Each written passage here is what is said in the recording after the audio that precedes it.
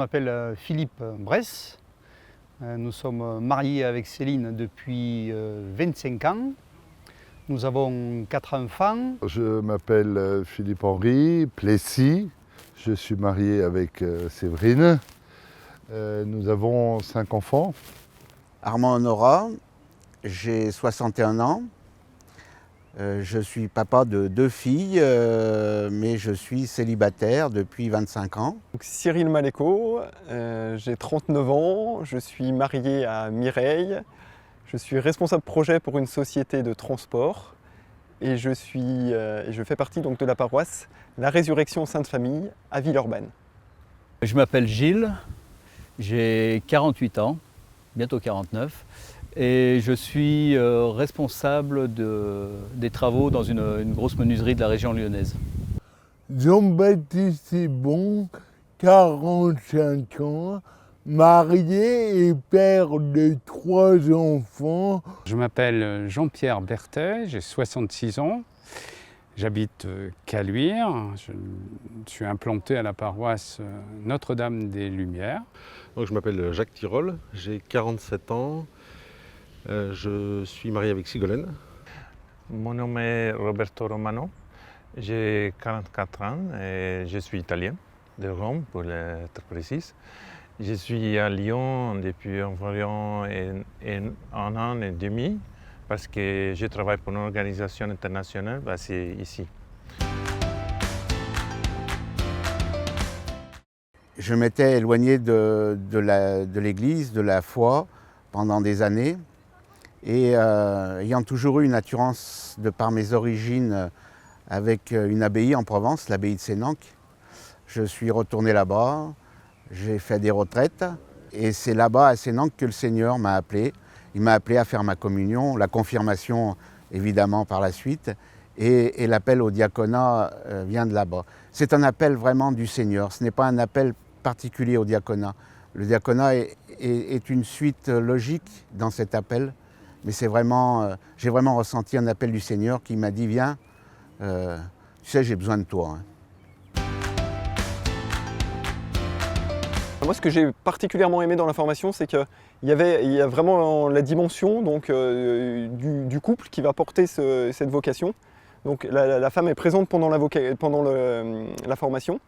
Et on a même eu, au cours de la formation, un suivi conjugal pour vraiment faire cheminer cette question à l'intérieur du couple. Et je trouve que c'était très important d'avoir cette dimension complète pour pouvoir répondre librement à l'appel.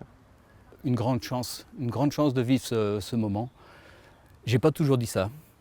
Je crois qu'à la fin de la première année, j'étais prêt à arrêter en disant mais oui vraiment c'est ce que je pressentais, c'est très intellectuel, c'est perché, je ne vais pas y arriver, c'est pas pour moi.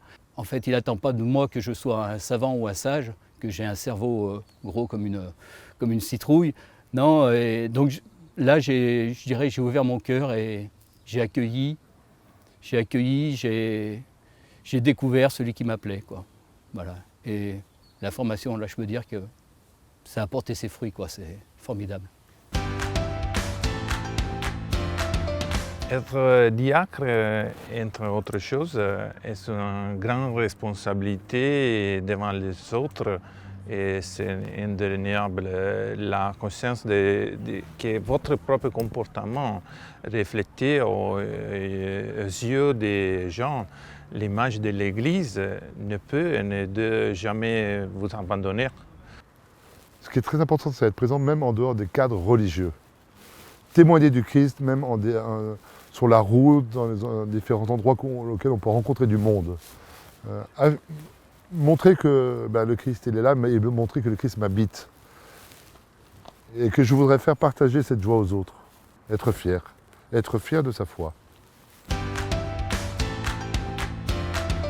La seule chose que je sache, c'est que comme ma vie n'est pas ordinaire, du fait de mon handicap, elle est extraordinaire.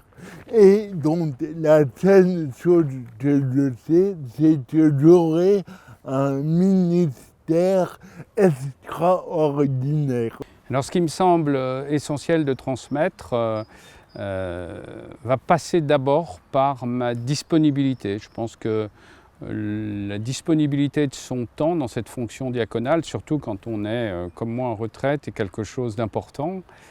Je crois aussi et je souhaite rester, demeurer, m'enraciner dans une proximité avec les plus fragiles, les plus démunis. Je pense aussi bien aux migrants, aux personnes en situation de souffrance affective, à un certain nombre de gens qui vivent le chômage.